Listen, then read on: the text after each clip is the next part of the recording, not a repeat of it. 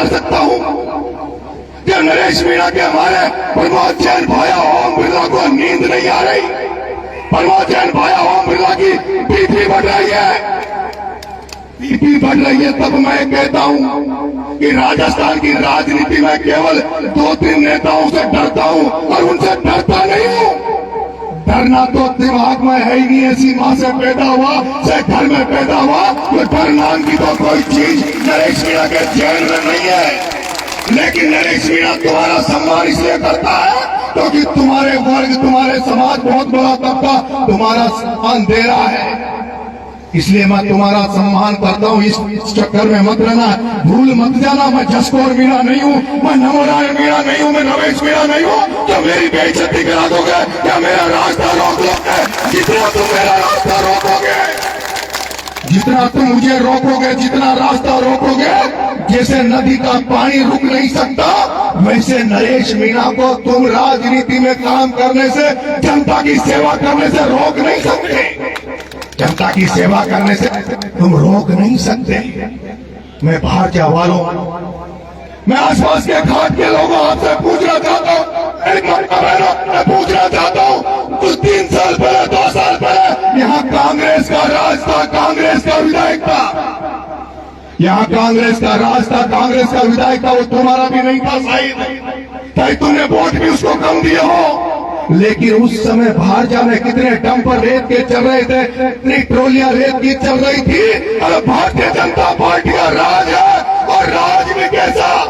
जिसमें राजस्थान का सबसे बड़ा न्याय देवता, न्याय दिलाने वाला देवता, जो मसीहा, जो लोगों खाद की चेकिंग करा के किसानों को जो नकली खाद के नाम पर न्याय दिलाने का प्रबंधन करता है, वो किरोड़ी लाल मीणा, जो कैबिनेट मंत्री है, वो तुम्हारा विधानसभा का है, इससे पूरे राजस्थान की जनता उससे न्याय की उम्मीद करती है। लेकिन मुझे पता चलता है, अरे कि ये लोग सोच रहे थे अब हमारा एमएलए बढ़ जाएगा, मुख्यमंत्री बढ़ जाएगा, उप मुख्यमंत्री बढ़ जाएगा, गृह मंत्री बढ़ जाएगा, नहीं बढ़ा, गृह मंत्री नहीं बढ़ा, डिप्टी सीएम नहीं बढ़ा, लेकिन कम से कम तुम तो सौभाग्यशाली थे। हम तो सोच रहे थे कि मीणा समाज में, राजस्थान में केवल एक ही व्यक्ति को बीजेपी ने मंत्री बनाने का मौका दिया, वो मौका तुम्हारे विधानसभा से दिया, तो हम सोचते थे कि माधोपुर विधानसभा के लोगों की 5 उंगलियां घी में रहेगी, कि 5 उंगलियां घी में रहेगी, जिनकी टोलियां चल रही थी, वो सोच रहे थे अब तक तो हम टोली में बदरी बेच रहे थे, लेकिन अब सत्ता हमारे हाथ में, विधायक हमारा है, मंत्री हमारा है, तो हम अब टोलियों को बेच के डंपर ले लेंगे। जिस टोली से 5,000 कमा रहे थे, उस डंपर से 20,000 कमाएंगे, 25,000 कमाएंगे। लेकिन दुर्भाग्य की बात है कि जैसे अंग्रेजों के काल में वैसा नहीं होता था, अरे अंग्रेजों के काल में वैसा नहीं होता था, जब जनता को सांस्कृतिक कार्यक्रम करे, जनता को धार्मिक कार्यक्रम करे, उसमें पुलिस नहीं आती थी, पुलिस आती थी, पुलिस आती थी, पुलिस आती थी जब कोई धरना करे, आंदोलन करे, मेरे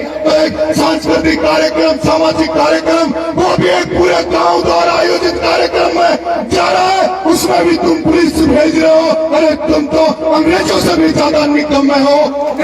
ज्यादा बुरे हो मेरे भाइयों, तुम कैसे जनता का भरोसा करोगे? मेरे न्याय के दिन मैं भी आया हूं, मैं आया हूं, अभी बीच में आ रहा था, एक लड़का मेरे पास आके रोने लग गया, एक लड़का मेरे पास आने लग गया, रोने लग गया, अलीगढ़ का लड़का था, अलीगढ़ उनियारा था। उसने कहा भाई साहब परसों के दिन पूरी पुलिस थानेदार 2 जीपें लेकर मेरे घर में घुस गई, पुलिस मेरे घर में घुस गई, मेरी माँ को मारा, मेरी जो छोटे भाई की पत्नी है, जिसके पेट में 7 महीने का बच्चा है, उसके पुलिस के सिपाहियों ने, थानेदारों ने लाते मारी। शाम को मेरे माँ बाप को पुलिस के थाने में ले गए, थानों में मेरे घर वालों के पट्टे दिए, और पट्टे दे के ये कहा, उन्होंने कहा, उस माँ ने कहा कि मेरा क्या दोष है कि तेरा दोस्त कोई टिपरिंग का काम करता है, कोई उल्टे सुल्टे काम करता